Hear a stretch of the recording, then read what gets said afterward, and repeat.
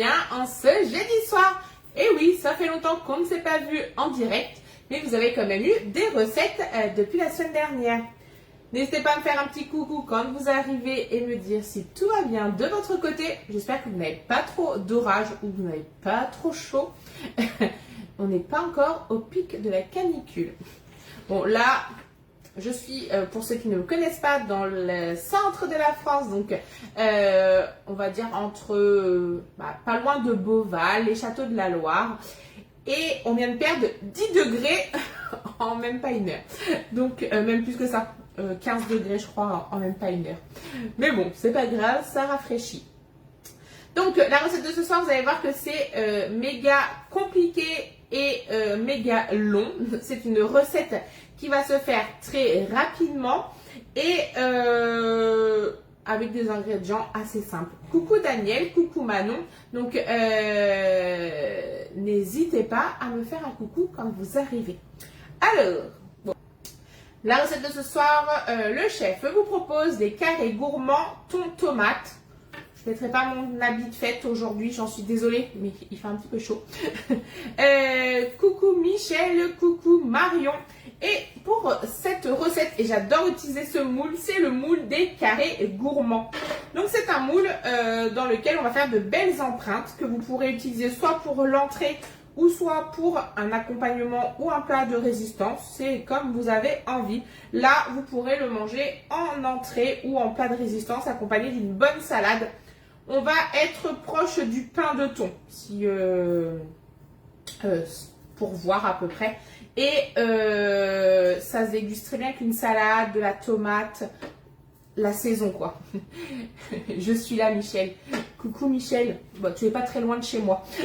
Alors, pour ce soir, on va donc se servir de ce moule. Vous pourrez aussi faire des recettes sucrées comme les carrés gourmands au chocolat.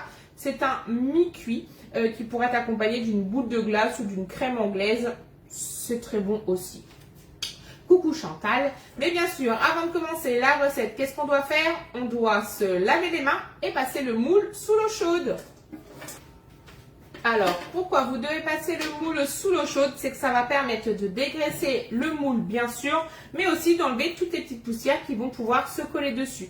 On est sur un moule en silicone, bien sûr, mais du coup, du silicone haut de gamme, du silicone platinium. Et en fait, c'est que il va y avoir des petites poussières qui peuvent se coller parce que c'est du silicone qui respire, mais de toute façon, plus votre moule est gras, de meilleure et de qualité votre silicone. Donc n'ayez pas peur s'il s'auto-graisse, on va dire, c'est normal. C'est pour qu'il ne s'abîme pas aussi dans vos placards. Allez, c'est parti, on commence la recette. Pour celle-ci, il vous faudra 5 œufs, il vous faudra 150 g de crème épaisse, 80 g de concentré tomate, 300 g de thon, 50 g de fromage râpé, un oignon ou une échalote comme vous voulez. Il vous faudra une cuillère à soupe de ciboulette, sel, poivre et c'est tout. Allez, on réserve, on met de côté. Et c'est parti, on commence par fouetter les œufs avec la crème. Et une balance, c'est mieux. Alors, je vais déjà mettre ma crème qui est ici. Il y a une mouche qui tourne, qui m'agace. Donc 150 g de crème, si je ne me trompe pas. Vous avez le droit de prendre de la crème allégée, mais il faut bien qu'elle soit épaisse. On ne part pas sur de la crème liquide. Du sel, du poivre. Donc n'hésitez pas à poivrer le thon. Alors moi j'adore ça, mais c'est quelque chose qui reste assez fade.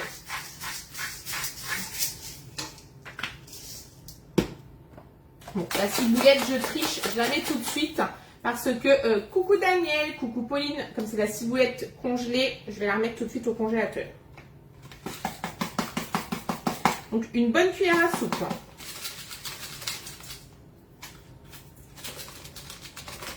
Ben, je la remettrai pas au congélateur.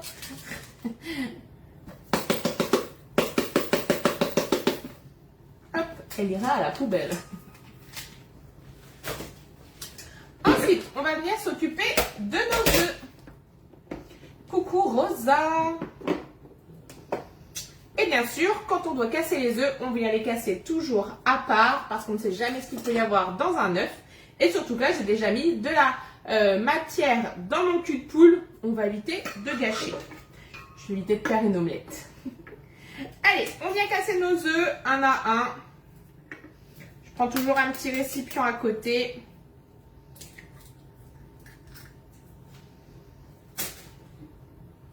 Donc, et de 1, comptez avec moi. Et de 2. Pareil, quand vous cassez les œufs, on évite de casser son œuf sur le bord de votre cul de poule. Pour 2 raisons. La première, c'est que ça évitera d'apporter des coquilles dans votre préparation. Et la deuxième, ça évitera d'apporter des bactéries. Parce que vous savez que l'œuf, c'est l'ingrédient de votre cuisine qui a le plus de bactéries. Vous savez d'où ça sort. Allez. De toute façon, vous le voyez souvent, même quand ils ne sentent pas mauvais, le blanc est très liquide, comme de l'eau. Et là, vous savez qu'à l'intérieur, il est pourri. Et le dernier, on vient prendre sa cuillère magique, on prend les fesses, le manche, et on vient taper. Alors, les œufs pas bons, c'est souvent des œufs de ferme. Les œufs du commerce, ça arrive quand même moins... c'est moins probable. Mais bien sûr, se laver les mains, c'est primordial de venir se laver les mains après avoir cassé les œufs. Allez, on fouette comme une omelette. Vous pouvez mettre votre cul de poule de biais. Vous évitez d'en mettre partout.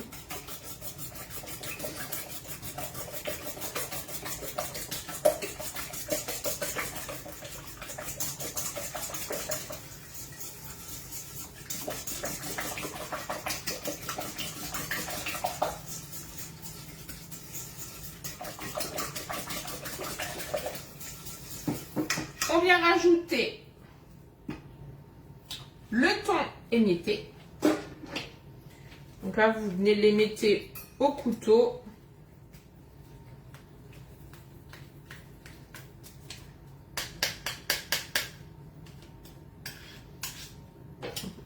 Comme ça ne veut pas descendre. On vient se munir d'une maryse, un indispensable de votre cuisine. Coucou ma petite Sandra.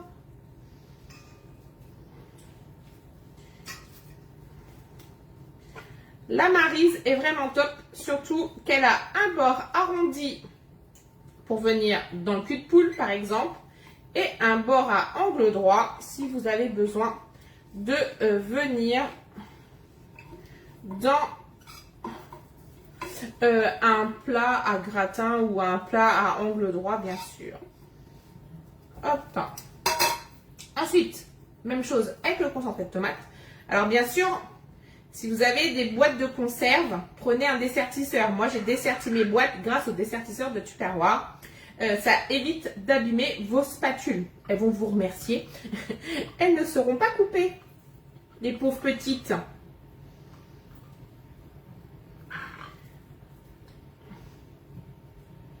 Voilà. Bon, là, vous n'avez plus besoin de prendre votre... cuillère magique, et encore vous auriez pu ne pas la prendre, mélanger à la maryse, mais je suis tellement habituée de commencer mes préparations avec la cuillère magique que je ne peux plus en passer. Donc là, on incorpore le tout. On vient casser le thon, émietter le thon.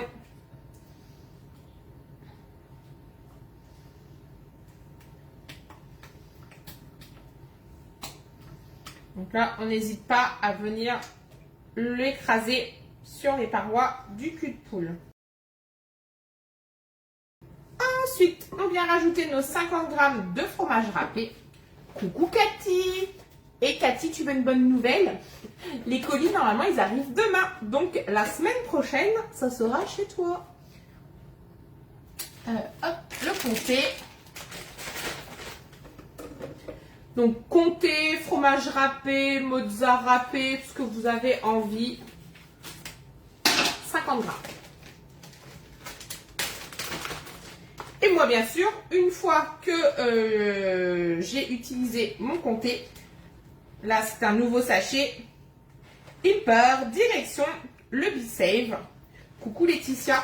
Parce que franchement, les trucs qui se referment là, c'est pas terrible.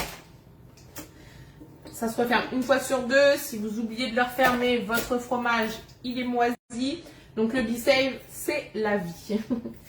Le B-Save, qu'est-ce que c'est pour ceux qui nous rejoignent, qui ne connaissent pas encore? C'est l'appareil de mise sous vide. Fini le gaspillage alimentaire. C'est 5 fois plus longtemps de conservation, soit 10 jours au réfrigérateur. Et ensuite, je n'ai plus qu'à m'occuper de mon oignon. Je vais venir mettre dans le tornado, bien sûr, pour le hacher finement, car il n'aura pas de précision. Qu'est-ce que j'ai fait tomber? Non, c'est bon. C'est le couteau. Le B-Save, c'est la vie. Ah bah, entièrement d'accord avec toi, Sandra. Donc, on vient couper l'oignon en 3/4.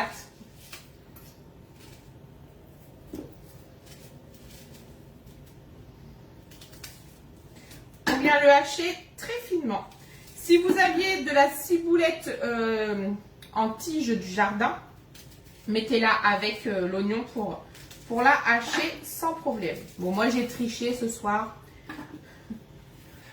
On vient mettre le couvercle et on va venir hacher le tout. On pose sa main, on sort ses muscles, on rentre le ventre, comme ça vous faites votre petite gym du soir et on hache. Donc là, comme on veut que ça soit très fin, on va faire des petits coups rapides et secs.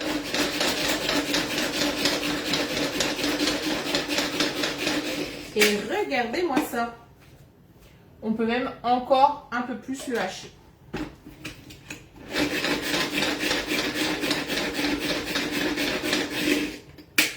Parfait. On vient récupérer. Pas de gâchis. Hop. On fait attention à ces didis. J'en ai fait quoi de mon couteau? Je l'ai perdu. Alors, ne prenez pas vos doigts pour enlever le surplus. Évitez de prendre la maryse parce que vous risquez de l'endommager. Donc, le dos du couteau sur la lame, c'est bien. Ça évite aussi d'abîmer le filetage de votre couteau. Et vous pouvez aussi prendre, là vous avez vu, j'ai pris ma cuillère magique. Donc, on récupère l'oignon.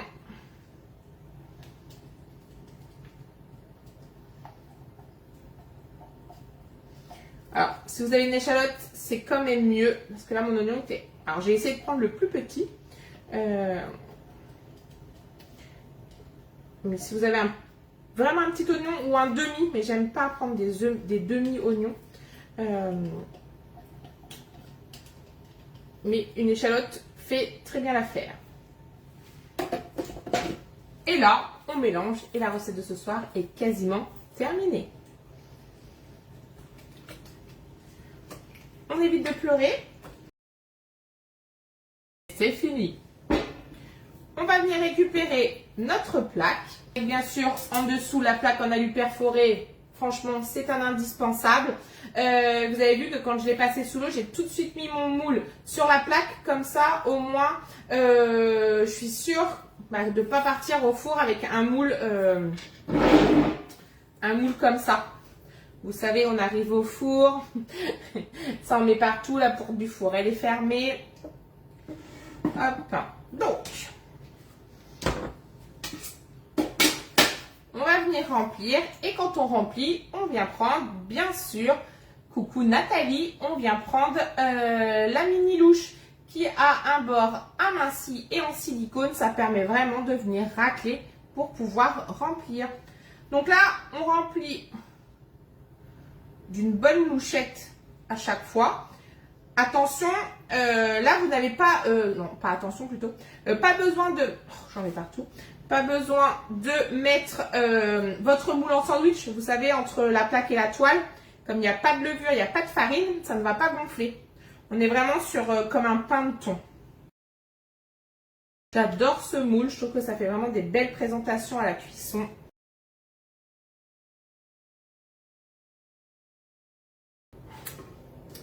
on va venir. C'est risqué mon histoire. Taper le moule. Sans en mettre partout. Non, c'est bon. Hop. On tape pour que la préparation vienne vraiment descendre correctement dans le fond de nos alvéoles. Coucou Jeanne. Et on vient en remettre à celles qui en ont pas assez. Et là, on vient racler le tout avec notre mini louche.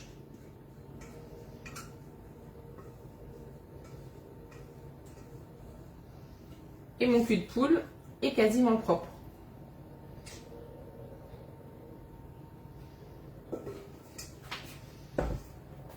Je viens lisser un petit peu.